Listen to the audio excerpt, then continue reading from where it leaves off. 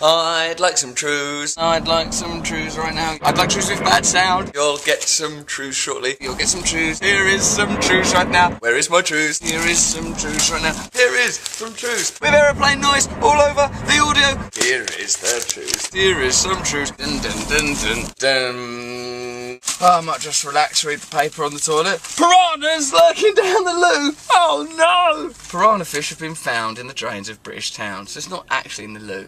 Fortunately, the flesh-eating creatures were dead! You bastards, man. Like, right, there's piranhas down the loo.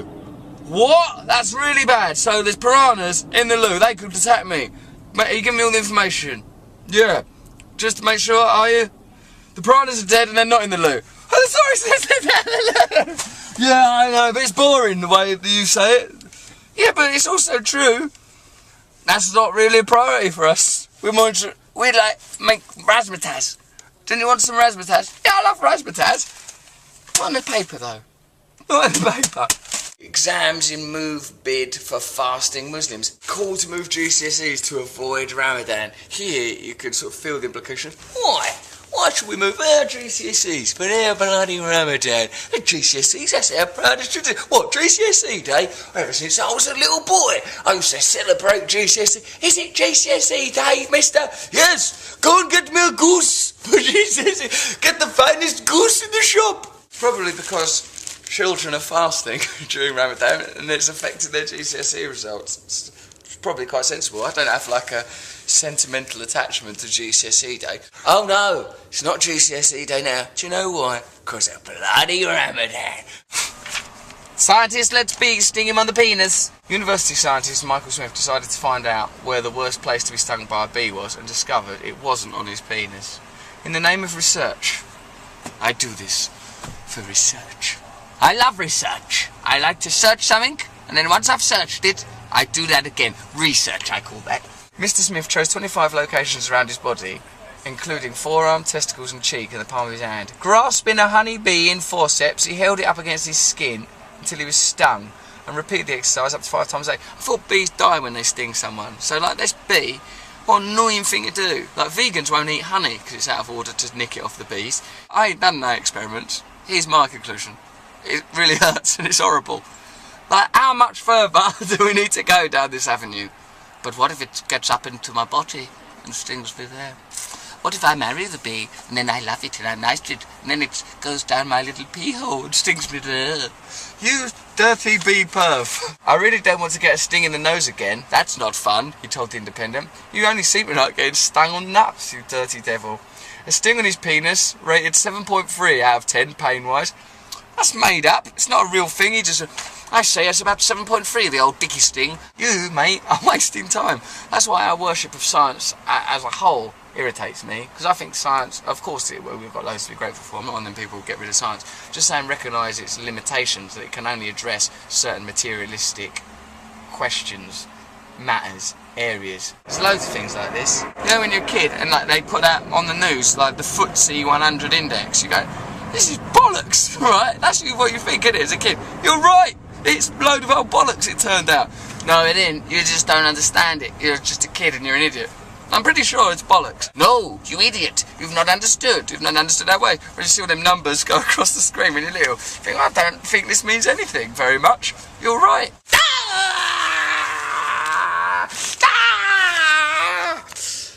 What the hell's going on with these guys? Hey, boss, what'd you taxidermy me for, boss?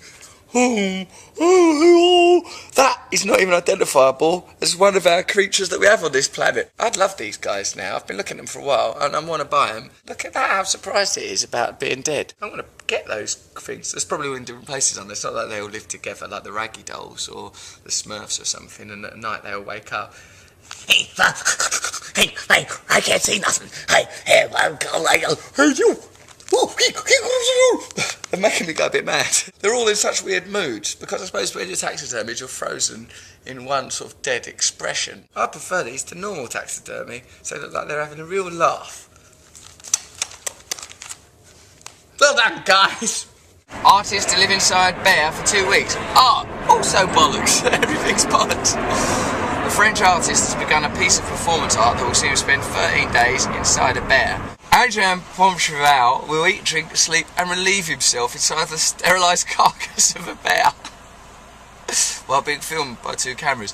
He's first performed Dans la peau de l'heureux inside the skin of a bear at the Centre of Contemporary Art in Dean last year. Am I being an idiot? It's just like when Deschamps' urinal was like, oh, that's not, mate, that ain't art, that's just a urinal, or Damien Hirst, that's just a load of dots or butterflies. I like Damien Hirst's art, and I thought René Deschamps' pissoir thing was a work of genius, showing us that context was what's important. But by the time you're going inside the skin of a bear to do a wee-wee, what can that teach us? Well, so living within the animalism, we human beings, we've become so sanitised, and even our own body has become a zoo, with us reduced to simple managers of our own body. What vitamins will we intake? What kind of experience of the world will we have?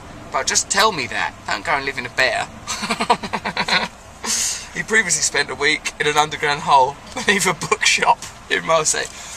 I am Abraham Poncheval. If you want me, I'll be under the bookshop. Think of my French farts. But then, on one hand, I am always arguing that the problems with our culture is we've lost contact with those kind of rites, rituals and ideas, and we live in a sterilised, sanitised world. And then poor old Abraham Poncheval tries to create a bit of art, and I criticise him for that. It's like I'll never be happy, never be happy, because my expectations are too high. Traditional German favorites, you can have some baking potatoes. Traditional German favorites, some premium wheat fest beer. Traditional German favorites, would you like some green beans? Traditional German favorites, oh no, I remember now, there's a great deal of acrimony between our 2 countries, and you hate German cuisine, and in fact always view with a degree of negativity anything that's German, except perhaps Jürgen Klinsmann. Traditional German favourites, we don't have a history of liking their stuff, do we? I need some traditional German I'm peckish, do you know what I fancy? Is a traditional German favourite. Alright, so that was some truths, about some interesting things. Now here's some analysis from deep down in the core of the human mind. This is from a book analysing the psychiatry, philosophy and mythology of Carl Jung, one of the founders of the profession of psychiatry, but also an intriguing mystic and some say occultist. The stage of heterism, in which polygamy, meaning both polyandry and polygyny, was the norm, you can have it off of who you want basically, was the norm in this wild, instinctual, nomadic, communistic and liberated society. Both sexes lived instinctually and freely, but also cruelly and savagely by 19th century bourgeois standards. There was no agriculture, no marriage for women, for women were free and promiscuous and did not know or care to know the fathers of their children. The goddess of this Tellurian phase, marked by its earth symbolism, was an ancient form of Aphrodite. So societies, I think it's in ancient Greece or perhaps prior to that, used to organise themselves in a very different way from the way we did now. Women completely free. I suppose that's why men need to exert power over women and subjugate them and make them sex objects, page 3 of The Sun, pornography, just the way they are in films. A female character is as likely to be scantily clad and eroticised in terms of their costume in a Walt Disney film as they are in an R-rated film or an 18 movie in our country.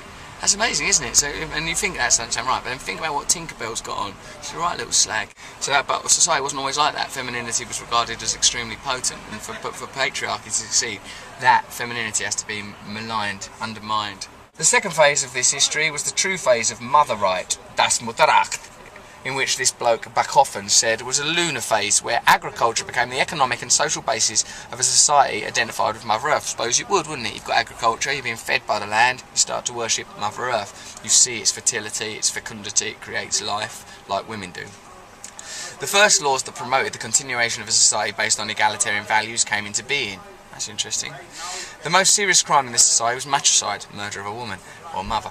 Indeed, the great goddess of this era was none other than Demeter, the mother goddess of Eleusis. This was fitted as Demeter was the goddess of grain, and Bachofen believed women invented agriculture.